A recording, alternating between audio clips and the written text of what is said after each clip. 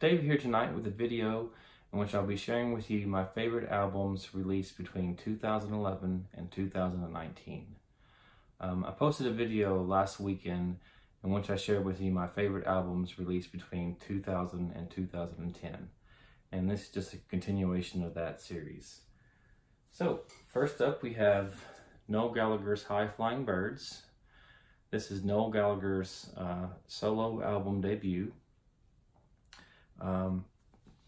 When Oasis broke up in 2009, I was gutted because I always really liked Noel Gallagher and his songwriting, and was just really bummed to hear that they had broken up because I was, concerned that Noel wouldn't be in any hurry to release anything new. But two years later, this album was released. It contains some songs that I previously only heard through demo versions or sound checks. But this is just one of those albums that I just can listen to on repeat and it never grows old. My favorite track on the album is If I Had a Gun, but there are so many other great ones on this. Everybody's on the Run, Dream On, aka What a Life, Stop the Clocks. Just so many great tracks on this. And so this is Noel Gallagher's debut solo album, Noel Gallagher's High Flying Birds. All right, 2012, this is Band of Skulls, and this is their second studio album entitled Sweet Sour. This is a band that consists of Russell Marsden on guitar and Emma Richardson on bass. They are out of Southampton in the UK. I first discovered Band of Skulls through the movie The Hangover. They had a song featured in the movie that was entitled Light of the Morning. It was a very bluesy number. It was on their debut album, Baby Darling, Dollface Honey. And I've just been a fan ever since. Russell Marsden uses a lot of semi-hollow guitars, and I just really like that sound. They have a blues-based rock sound to them. Just some great stuff. So if you're not familiar with Band of Skulls, check them out. From this album, I recommend you check out the track The Devil Takes Care of His Own.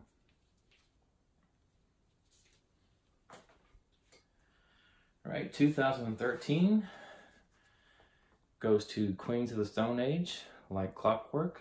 This is their 6th studio album, and the band was going through some difficult times.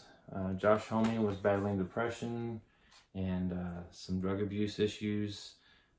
Their longtime drummer, Joey Castillo, left the band, and so Josh Homme said, he had two options. He could either run from it or run into it. And he said that it was running into the dark that he discovered Like Clockwork. So, this album definitely has some dark themes to it. My favorite track on the album is The Vampire Time and Memory. But If I Had a Tale, Fair Weather Friends, My God is the Sun, Like Clockwork. Some great tracks on this. And this is another one of those albums I can listen to on repeat, and it just always sounds fresh and relevant.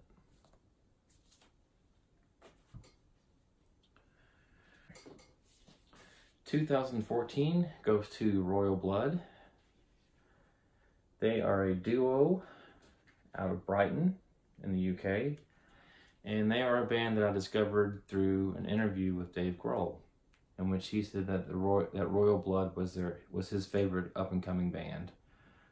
They, again, are a two-piece comprised of just a bass player and a drummer, but they really had this big, awesome sound to them.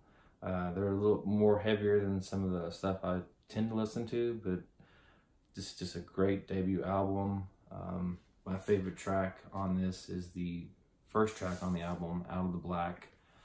Come on over is another great one. Figure It Out, and 10-Ton Skeleton. So if you're not familiar with Royal Blood, look them up on YouTube and check out the track Out of the Black. All right, 2015. This is the debut album from Nothing But Thieves. I don't recall how I discovered this band, but their track Graveyard Whistling is one of my favorites off this album. There's another track on the album called Lover Please Stay, in which the lead singer Connor Mason just has this tonal quality to his voice that reminds me a lot of Jeff Buckley. He sings the song with some heartfelt delivery. It really makes you feel the sorrow that's kind of described in the lyrics. But this is Nothing But Thieves. If you're not familiar with them, check them out on YouTube and listen to the track Graveyard Whistling. All right, 2016, this is the Struts, and this is their debut album called Everybody Wants the Struts. If you're a fan of Queen, Luke Spiller reminds me so much of Freddie Mercury. I got to see them on concert with the Foo Fighters, and Luke Spiller came out wearing a sequined suit. He kind of sports the old Freddie Mercury hairstyle, where it's kind of short in the front and longer in the back. I guess the 70s mullet. But yeah, Luke Spiller, he's just a tremendous frontman. During the concert, he and Taylor Hawkins did a duet to Queen's Under Pressure, in which Luke did the Freddie Mercury part and Taylor did the David Bowie part. It was a fun concert. Again, Luke just reminds me so much of Freddie Mercury, the way he just commanded the audience and strutted around the stage. My favorite tracks off this album is Roll Up, Could Have Been Me, and a song called Merry Go Round. So if you're looking for a fun listen and a fun band, check out the Struts. All right, 2017. This is Dan Auerbach's second studio album called Waiting on a Song. Dan Auerbach, as you know, is the lead singer of the Black Keys.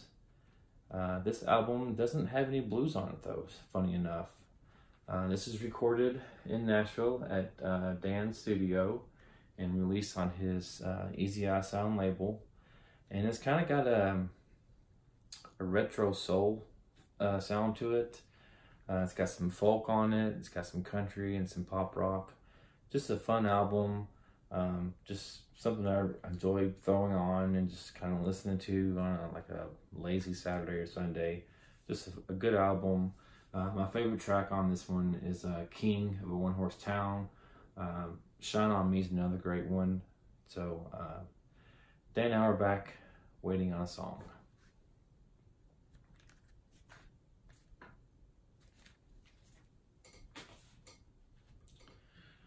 All right, 2018 goes to Kacey Musgraves, the only female in the lineup. This is her album Golden Hour. This is her fourth studio album. I really like Kacey Musgraves. She writes some fun lyrics, some catchy songs. She's kind of got a throwback country sound to her that still sounds relevant. And she's not too bad on the eyes either. But she did win a Grammy for this album. This came out in 2018. I picked it up this year. I'm going to say February or March, but this is an excellent album from start to finish. If you're a fan of country music, especially old country music, check out Kacey Musgraves' Golden Hour.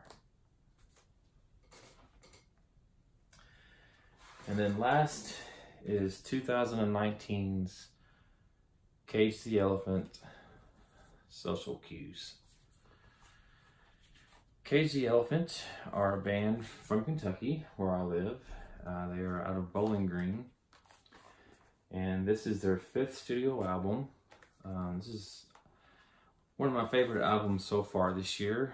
I really like the track Night Running, and it features Beck on it. Just a fun album. I really like the band's sound. See, this is their fifth album. Dan Auerbach produced their previous album, Tell Me I'm Pretty. This one was produced by John Hill and released on RCA.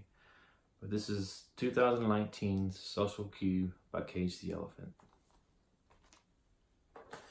Well, that's going to do it for this video. There's some albums coming out soon that I'm really looking forward to. Liam Gallagher's second solo album, the new Abbey Road remix album I'm looking forward to. Pete Yorn just released a new album entitled Caretakers, which I haven't picked up yet, but I'm anxious to get. So lots of good stuff on the horizon. So I'm just waiting to see how 2019 is going to end and see what makes my my list for the year. Well, that's going to do it for this video. If you are new to my channel, I do invite you to please subscribe and hit that notification bell so you can be made aware when I do post new content. And until next time, take care and thanks. I'm the king of the world.